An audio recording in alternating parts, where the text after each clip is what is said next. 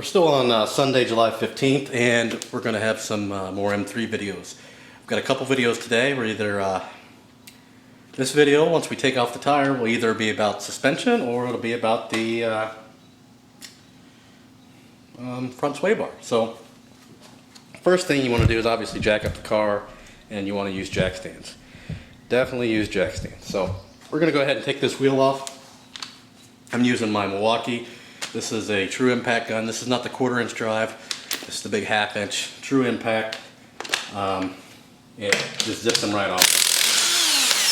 So we're going to use this for most of the install, and we'll go from there. So after this, we'll figure out what we're doing first. Stay tuned. Okay, I've decided we're actually going to do the suspension first. See M caliper there. I've got a jack underneath the front A-arm, and I wanted to remove this strut. And I've got 3 bolts on top, which we're not going to take off yet. And then you've got, let's see if we can see, you've got bolt, you probably can't see it, right back there. You've got one over here, right there. And then you've got this big bolt. Not showing up real well right there, that one. You can see that one.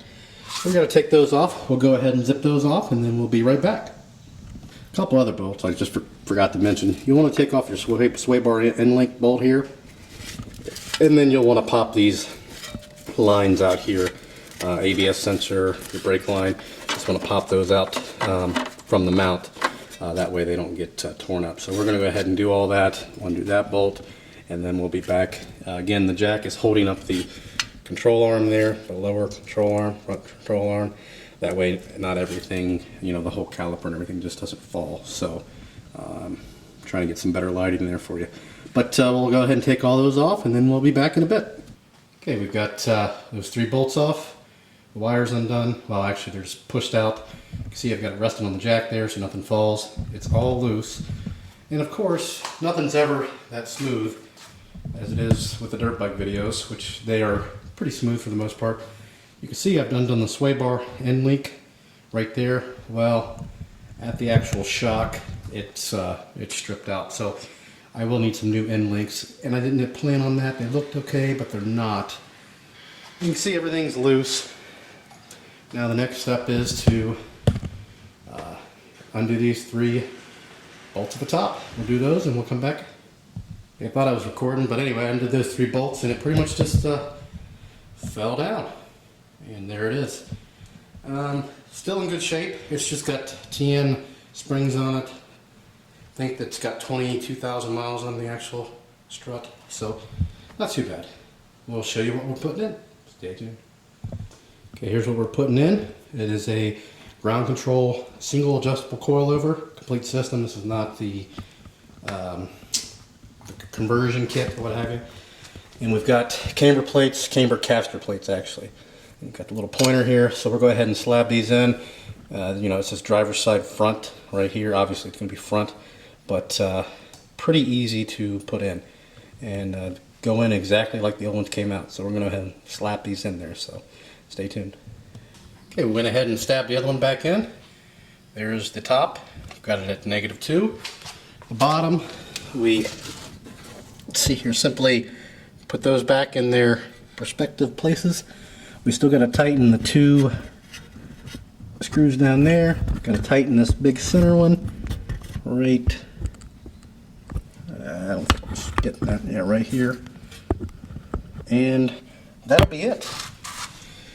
Then we'll move to the rear, and we'll go from there. So really, it's 3 bolts. Well, yeah, 3 bolts at the bottom, 3 bolts at the top, and you're done. So once we get all of it put on, get the wheels on, we may have to adjust the coilover height, probably will. And we've got like a little tool to do that with. And we'll go from there. I'm going to go ahead and get the other side done. We'll come back to the rears. So stay tuned. Start of the downforce. Okay, real quick before we go to the other side. Be sure to torque these. These are 16 foot-pounds here if you have an M3 or an E36 BMW. And all the lower ones are 78 foot-pounds. But these specifically, you can actually do a lot of damage to the strut tower, to the mount, everything else. So 16 foot-pounds on these bad boys, and that'll do it. We'll come back with the rear car. About an hour, we've got both of them in, and they're all torqued down to where they need to be. And after we do all this, we'll definitely have to go get an alignment. Got the rear up on jack stands now. A couple things before you get started, before we take the wheel off, be sure to go into your trunk and uncover those mounts. You got the carpet and then you got the rubber sound deadening. So before we let those loose, go ahead and get this rear wheel off, and then we'll show you next step. Stay tuned. Just like with the front, we've got a jack supporting the rear, and we've got one nut right there, and then the two nuts in there. That's it. We're gonna go ahead and take the bottom one off, and we will be right back. Okay, we've already got the bottom bolt out. Now we're gonna go ahead and zap the two 13mm at the top off. Should see this bad boy coming down.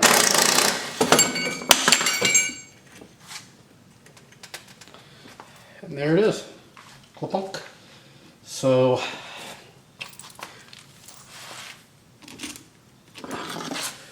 here we go.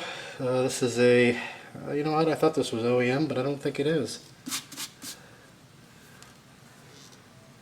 I don't know what it is. Yeah, it's OEM. Anyway, that's done. Now the next thing, we're going to go ahead and lower the rear. I was hoping to lower a little bit more than that.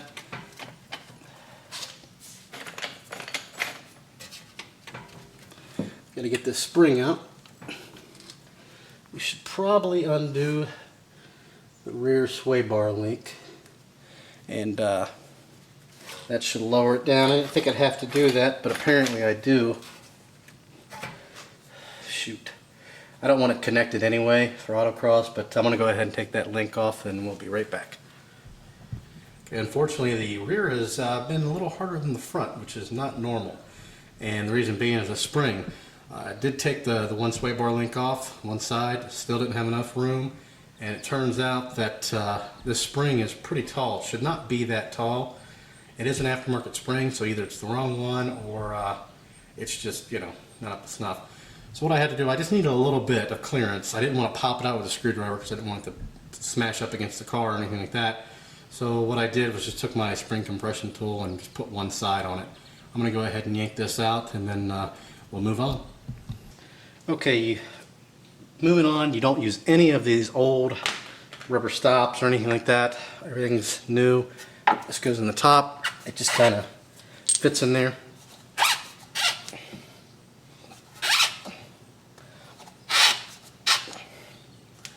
There we go, far enough.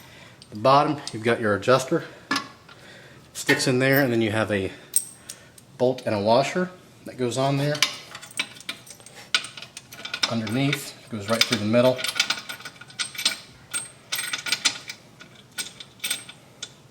Go ahead and get that started, and then tighten it off camera. I'm going to go ahead and tighten this up, and we'll be right back.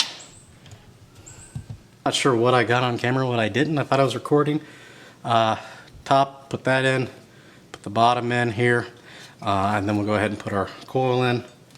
It doesn't matter, yeah, it doesn't matter which way it goes. We'll just put the ground control facing upwards. We'll go ahead and jack this up a little bit. You see how easy that went in compared to that other one? There we go. And now we'll go ahead and get our strut and put that in. Stay tuned. Here's our strut. It's got the aluminum mounts, and it's got an upper mount. Nice thing about the upper mount, this goes in once. These are welded to this plate, so when you actually go to mess with it from the bottom, you don't have to go back in the top of the trunk. We'll go ahead and pop this into the top of the trunk, and then we'll be right back and we'll put this in. And here's what I'm referring to. See, it's up there. Since those are welded on that plate, I don't have to have two sets of hands. So we're going to go ahead and slide this strut in up there and bolt it in. And we'll check the foot-pound. I don't know what it is on this. We'll find out. It might be the same as the front, which was 16. We'll go ahead and slide this up there, put these two nuts on, and then we'll be right back. Not sure how well, but you can see the strut hanging from there. The last step, we're actually going to lower this down just a tiny bit. Last step is just to go ahead and thread this nut back in.